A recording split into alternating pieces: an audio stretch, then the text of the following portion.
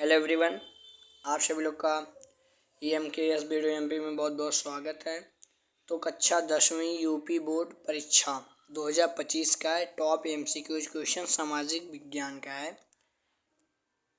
तो इसमें से पहला प्रश्न हमारा क्या कहता है, हिंद स्वराज पुस्तक के लेखक हैं। तो हिंद स्वराज पुस्तक के लेखक कौन है? तो महात्मा गांधी जी हिंद स्वराज पुस्तक के लेखक हैं। Option number C is the correct option. इसी प्रकार से क्वेश्चन नंबर दूसरा है हमारा, जर्मनी के एकीकरण में मुख्य भूमिका है। तो जर्मनी के एकीकरण में मुख्य भूमिका किसकी है?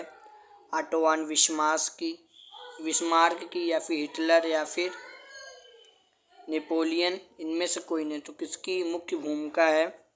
तो ऑटो विस्मार्क की मुख्य भूमिका है जर्मनी के एकीकरण में। ठीक है फ्रेंड्स, जर्मनी का एकीकरण कब हुआ था? कमेंट सेक्शन में बताएं। कपास की खेती के लिए कौन सी मृदा उपयुक्त होती है? तो कपास की खेती के लिए कौन सी मृदा सर्व उपयुक्त मानी गई, मतलब सबसे अच्छी मानी गई है कपास की खेती के लिए? तो कौन सी मृदा सबसे अच्छी मानी गई है? तो काली मृदा। Option number A is the correct option. फिर अगला प्रश्न है हमारा चौथा, नेपोलियन की पराजय कब हुई थी? तो नेपोलियन की पराजय कब हुई थी? 1815, 1816, 1814 या फिर 1817 में। तो कब हुई थी नेपोलियन की पराजय? तो 1815 ईस्वी में हुआ था। ठीक है, हुई थी या फिर हुआ था। फिर अगला है क्वेश्चन नंबर 5वां है हमारा, इनमें से कौन सी रबी की फसल है? तो निम्न में से कौन सी रबी की फसल है? चावल आपकी रबी की फसल, या फिर मोटा अनाज, या फिर चना, या फिर कपास। तो इनमें से कौन सी रबी की फसल है? तो चना या काला चना, यह क्या है? रबी की फसल है। Option number C is the correct option.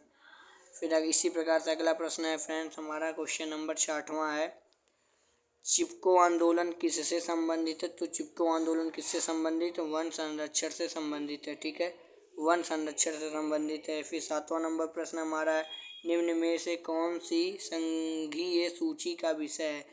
तो इनमें से कौन सी संघीय सूची का विषय है? 7वें का कौन सा राइट ऑप्शन होगा फ्रेंड्स? इसमें से कौन सी है? तो व्यापार इसका राइट आंसर हो जाएगा, व्यापार है। फिर अगला सलालबाद किस नदी पर बना है? तो यह किस नदी पर बना है? चिवना नदी पर बना है। ठीक है, फिर अगला है 9वां नंबर प्रश्न है, निम्नलिखित में से रोपड़ फसल है। तो रोपड़ फसल कौन सा होता है? गन्ना होता है। आपका क्या होता है? रोपड़ फसल होता है गन्ना। ठीक है, फिर इसी प्रकार से 10वां प्रश्न है, भारत में जीविका का मुख्य स्रोत है। तो जीविका का मुख्य स्रोत क्या है फ्रेंड्स? कृषि होता है जीविका का मुख्य स्रोत है। फिर अगला, महामंदी का प्रारंभ किस वर्ष हुआ? तो महामंदी का प्रारंभ किस वर्ष हुआ है? महामंदी का प्रारंभ किस वर्ष हुआ? 1929 में हुआ है आपका। Option number A is the correct option. फिर अगला हमारा 12 नंबर, रेगिस्तान का जहाज किस पशु को कहा जाता है? रेगिस्तान का जहाज किस पशु को कहा जाता है? ऊँट को कहा जाता है। ये बहुत ही सिंपल था।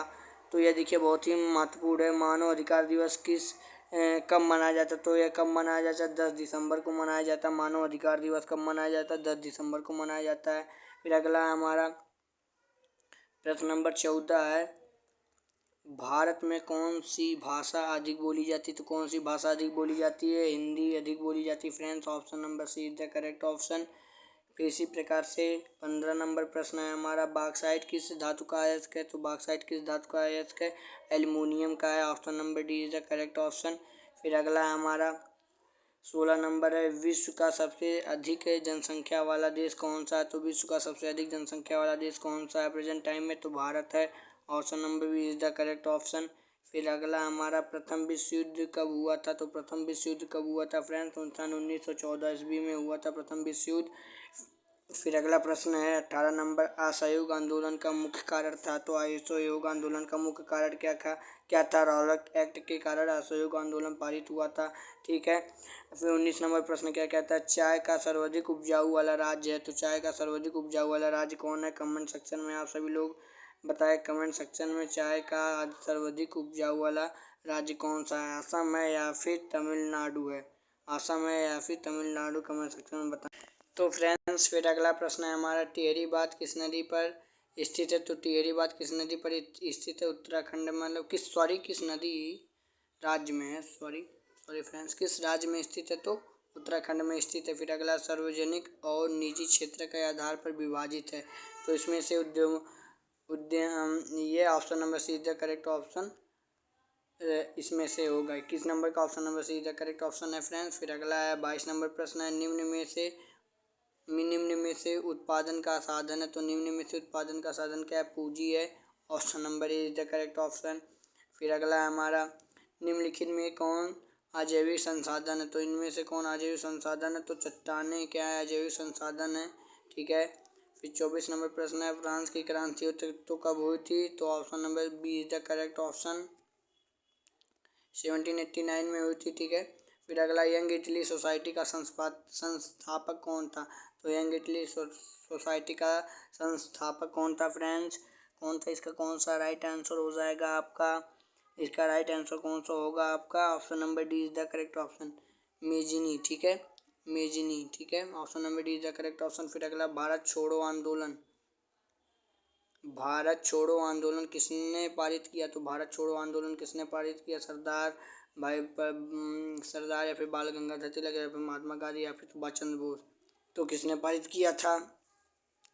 तो ये आंदोलन किसने पारित किया था friends? Option number C is the correct option, मतलब गांधी जी ने पारित किया था, ठीक है। फिर अगला 27 नंबर है, पंजाब में भूमि निम्नीकरण का मुख्य कारण क्या था? तो पंजाब में भूमि निम्नीकरण का मुख्य कारण क्या था? अधिक सिंचाई था। क्या था? अधिक सिंचाई था। Option number see the correct option है इसमें से, ठीक है फ्रेंड्स। अब देखिए, फिर अगला प्रश्न है, गुलामगिरी किसकी रचना? तो गुलामगिरी किसकी रचना है?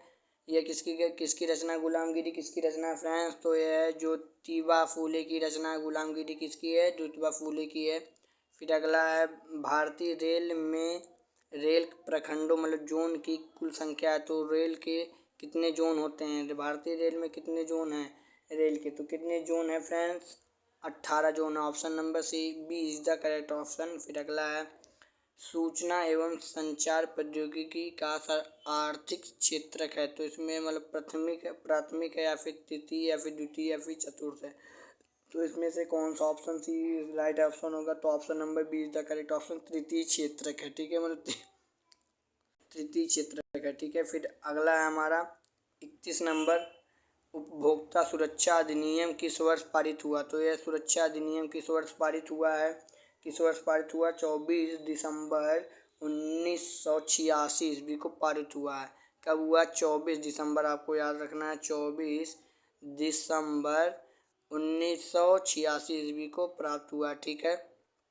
फिर अगला 32 नंबर प्रश्न है हमारा, क्या कहता है 32 नंबर, किसी देश का विकास आर्थिक होता है, मतलब सॉरी आर्थिक है यहाँ पे, एक सेकेंड फिर से देखिए एक बार फिर से फ्रेंड्स, किसी देश का विकास आधारित होता है, तो किस पे आधारित होता है? प्रति व्यक्ति आय पर आधारित होता है, ठीक है, प्रति व्यक्ति आय पे या फिर औसत साक्षरता दर पर या फिर लोगों की स्वास्थ्य स्थिति पर, तो किस पे आधारित होता है? Option number D is the correct, मतलब सभी पर आधारित होता है, ठीक है। फिर अगला है, मनरेगा कार्यक्रम किस वर्ष पारित हुआ? तो यह कब पारित हुआ था? मनरेगा कार्यक्रम 2005 को पारित हुआ था, ठीक है।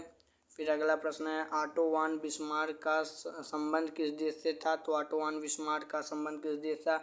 जर्मनी से या फिर ब्रिटेन या फिर इटली या फिर फ्रांस, तो किस देश से है इसका संबंध जो है, ये किस देश से है friends? Option number A is the correct option, Germany से इसका संबंध है, ठीक है। फिर अगला है, फ्रांस की क्रांति कब हुई? तो फ्रांस की क्रांति कब हुई?